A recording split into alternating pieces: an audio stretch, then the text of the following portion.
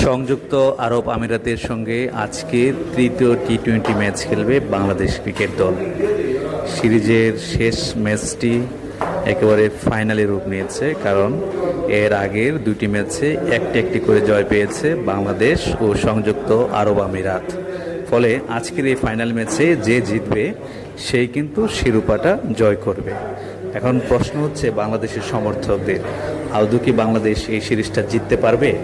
এই সিরিজটা যখন শুরু হয়েছিল তখন কিন্তু অনেকেই ভেবেছিল বাংলাদেশ খুব সহজেই সিরিজটা জিততে পারবে, কারণ সংযুক্ত আরব আমিরাত একটি দুর্বল দল।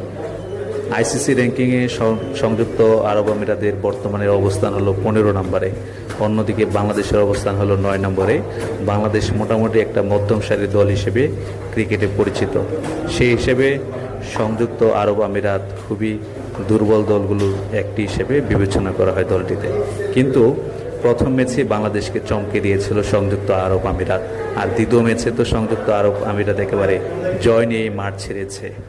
তো এই যে এই সিরিজটা শুরু হলো, এর আগে বাংলাদেশ 3টা ম্যাচ খেলেছে, 3টা ম্যাচই সংযুক্ত আরব আমিরাতের সঙ্গে জয় লাভ করেছে। কিন্তু এই সিরিজে এসে দেখা যাচ্ছে বাংলাদেশ আসলে সংযুক্ত আরব আমিরাত থেকে খুব একটা ভালো খেলছে না। ফলে দর্শক সমর্থকদের মধ্যে একটি ভয় লাগা কাজ করছে যে বাংলাদেশ আদৌ কি এই সিরিজটি জিততে পারবে।